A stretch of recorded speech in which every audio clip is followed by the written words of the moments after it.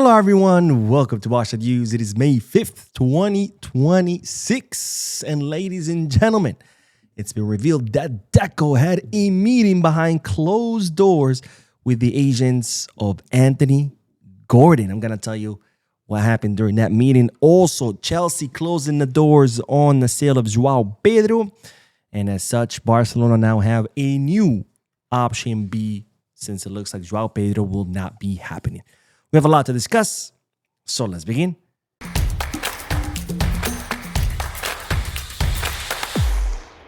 Hello everyone, welcome to the channel. My name is Boo. We'll begin this video with the news that it looks like we're gonna have Wojciech Szczesny for longer than initially expected. Now, there was some news coming out of Poland stating that this could be Wojciech Szczesny's final season. Now, if you don't know, Barcelona gave Szczesny a contract until 2027, somewhere of 2027.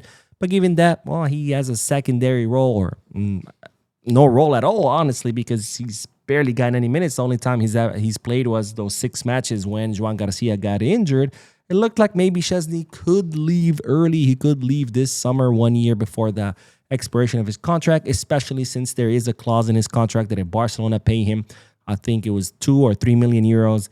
Yeah, they would be able to break the contract, but doesn't seem like that's going to happen because it's being revealed that Wojciech Szczesny has been offered a 2-year contract by another La Liga team. It has not been clarified which La Liga team, and that he has rejected that contract offer because he prioritizes staying in Barcelona. And you might wonder, why would Szczesny prioritize staying at Barcelona if he's not getting any minutes? And, well, next season he might get even less because we're going to have a lot of goalkeepers come back, right? Ter Stegen, Iñaki, Astralaga, Jakubishvili, etc., etc.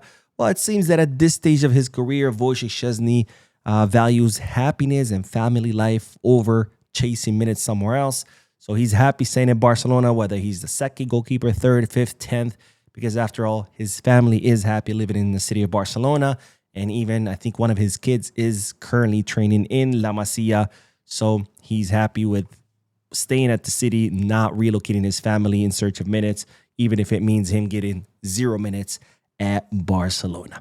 Now on to the next bit of news, and this is a bombshell because it's been revealed that Deco last Thursday met in Barcelona with the agents of Anthony Gordon. Yes, a name that a lot of you have been mentioning in the comment section. Now, if you don't know who Anthony Gordon is, he's a 25-year-old English left winger who currently plays for Newcastle. In fact, he has a contract until 2030 with the English team. And this season has been spectacular for the English winger, where he has scored 17 goals and provided 5 assists. A player that, well, caused us a lot of problems during both legs of the round of 16 of the Champions League. Someone, again, a lot of you have mentioned his name to me, especially with some people telling me that they were impressed watching him play against us in the Champions League. And, well, it seems that Deco thought the same thing because Anthony Gordon has been on Barcelona's list as a possible reinforcement for that left wing position come this summer. And as such, it's been revealed that Deco met with his agents, with Anthony Gordon's agents last Thursday, to see what would be the possibility of Barcelona signing him. In other words, does he have a release clause? If so, how much? If not, what would be the asking price by Newcastle? Would the player be willing to come to Barcelona? Those kind of questions that first you need answers to before you decide on whether to go all in or not. And while during this meeting, Bojan Krkic was present because, of course, Bojan spent a lot of time in the Premier League. He is more he has more knowledge about the inner workings of Premier League and Premier League clubs and how transfers go about. And during this meeting, the agents of Anthony Gordon revealed that Newcastle would want no less than 85 million euros. And in fact, Bayern Munich tried to sit down and negotiate with Anthony Gordon, and Newcastle said the same exact thing to them. We will not consider anything less than 85 million euros because Anthony Gordon is extremely important for Newcastle. Given that they are owned by the Saudis now, well, there's no need for them to sell, right? There's a lot of times when we see these mid-table teams, they might have this big star that they would love to keep, but at the end of the day, they need the money, so they end up selling the players against their own will to make money. That's not the case with Newcastle. They have Saudi money backing them. So if they want to keep him, well, they could keep him. There is no financial necessity. Now, with a price tag of 85 million euros, I would say this operation, it's pretty much ruled out because, as you might recall from my previous videos, Barcelona have a strict budget of 150 million euros for the summer transfer market, where they have to sign a center forward, a left winger, and a center back. And if you spend 85 million euros, that's a big chunk of that budget on just one position. That's going to leave you very little money for other positions. For example, if we sign Bastoni for the desired price that Barcelona want to sign him for, which is around 55 million euros, that puts us at 140, only leaving 10 million euros left for the center forward position, which, of course, for 10 million euros, well, you might be able to sign a cone, not an actual player. So Anthony Gordon, I think he would have been a great addition to Barcelona. I mean, his intensity on and off the ball would have been great, but with that price tag, I just don't see this happening. Now, on to the next bit of news, because, of course, speaking of the summer transfer market, as you know, Barcelona's #1 priority to reinforce the center forward position remains Julian Alvarez, even though I also think that deal is impossible.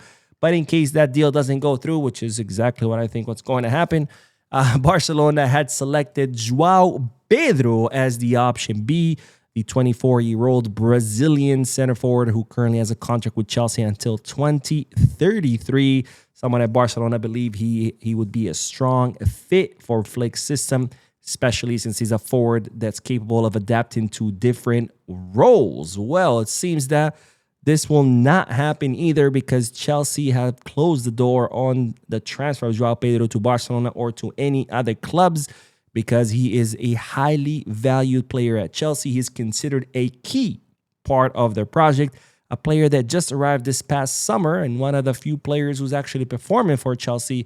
So, of course, why would Chelsea want to sell him? So bad news there for Barcelona trying to sign Joao Pedro. And, of course, this doesn't mean this is the final nail in the coffin, because if the player says, I want to leave, Chelsea will be forced to sell, especially since they have big financial fair play problems. They also have a liquidity problem, so they will be forced to sell players. Joao Pedro not on their list, but of course, in this modern age of football, players end up playing where they want to play. So if Joao Pedro says, I want to leave, most likely we'll be forced to sell him. But for now, it's not looking like it's going to happen. So of course, that begs the question, who will be Barcelona's new option B in case Julian doesn't arrive?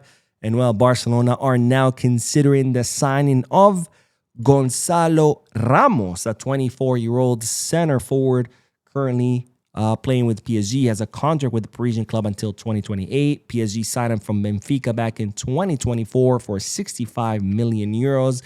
And during this whole time, he has been able to score 12 goals in 41 matches. But Goncalo Ramos has been mostly relegated to the bench. In fact, he has had 0 starts in the Champions League, and he's only started in 12 League On matches, which means that Goncalo Ramos is now looking to leave PSG because he's unhappy due to the lack of minutes. And while given that his lack of minutes and, well, he's not that important to PSG, PSG are also open to selling him. So, of course, Barcelona considering this maybe a good market opportunity, because even though Goncalo Ramos does have a 120 million euro release clause, again, because he wants to leave and PSG are open to getting rid of him, that, of course, could be negotiated down, or not only negotiate down, but you can negotiate probably a pretty affordable price. Now, what do I think about Goncalo Ramos?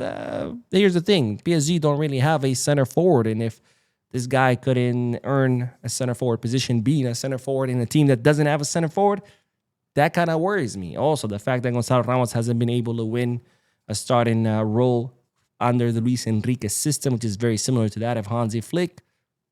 What makes me think that he's going to be able to do so under Flick? I don't know, but I'll leave it up to you guys to let me know. What do you guys think about Goncalo Ramos? Do you think he would be a valuable option for Barcelona, or do you think the same thing is going to happen at Barca as happened at PSG, where he's going to be more of a substitute rotational player, which is not what we're looking for. We're looking for someone that can actually be our starting 9. Let me know down below in the comment section. And with that, this video is a wrap. Don't forget to hit the like button, subscribe to the channel, drop a comment, and as always, Viscarsa.